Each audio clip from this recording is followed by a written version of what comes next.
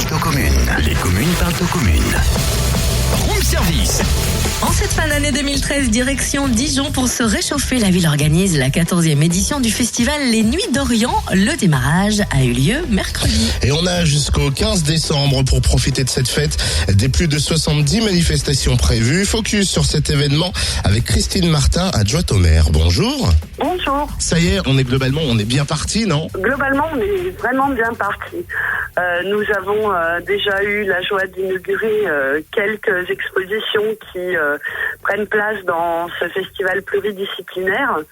Et je dois avouer que si les vernissages ressemblent à ce qui va se passer par la suite, tout cela va être très très fréquenté. On le disait, 70 manifestations, c'est énorme. Comment gère-t-on l'ensemble de ces propositions ? Écoutez, on gère tout ça dans la bonne humeur et avec l'envie de tous de participer à cette manifestation. Je crois qu'il faut savoir simplement être un chef d'orchestre attentif, ou une chef d'orchestre attentive plutôt, et puis profiter des dynamiques associatives, des dynamiques des territoires, des lieux culturels ou des lieux socioculturels, pour que chacun ait envie de faire des propositions. Et vraiment, dans le cadre de Nuits d'Orient, c'est ça. C'est les acteurs associatifs, les lieux qui nous proposent des programmations qui peuvent rentrer dans ce temps fort d'échange, de brassage.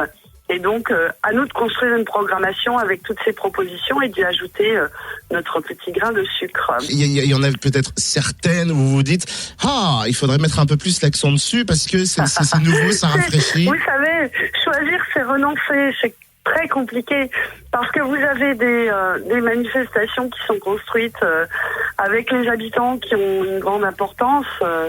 Le spectacle Barbès Café qui se déroulera au Grand Théâtre le 7 décembre, qui là est une programmation très professionnelle, portée par des professionnels. Les choses sont différentes et bien évidemment on a envie de tout défendre. C'est difficile de me demander de choisir. Mais voilà, disons, Barbès Café au Grand Théâtre, c'est important. C'est un beau moment de ce festival, je pense. Vous venez de lancer cette 14e édition du festival Les Nuits d'Orient. Dans un coin de votre tête, vous pensez déjà à la 15e ? Mais c'est vrai, là, vous êtes en train de me parler d'un anniversaire auquel je n'avais pas encore songé.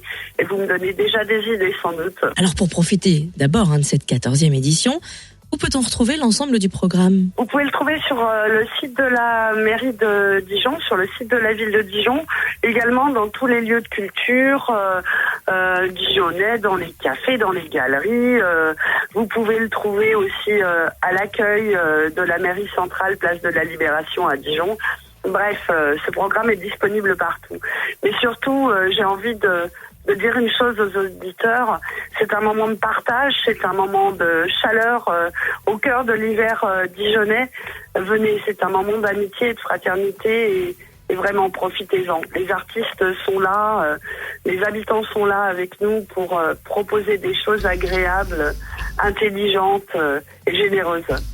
Vous avez jusqu'au 15 décembre pour assister à l'ensemble des manifestations de ce festival Les Nuits d'Orient à Dijon. Plus que tentant, avec un programme éclectique et pluridisciplinaire au rendez-vous entre tradition et modernité et peut-être totem en train de faire la danse du ventre en plus.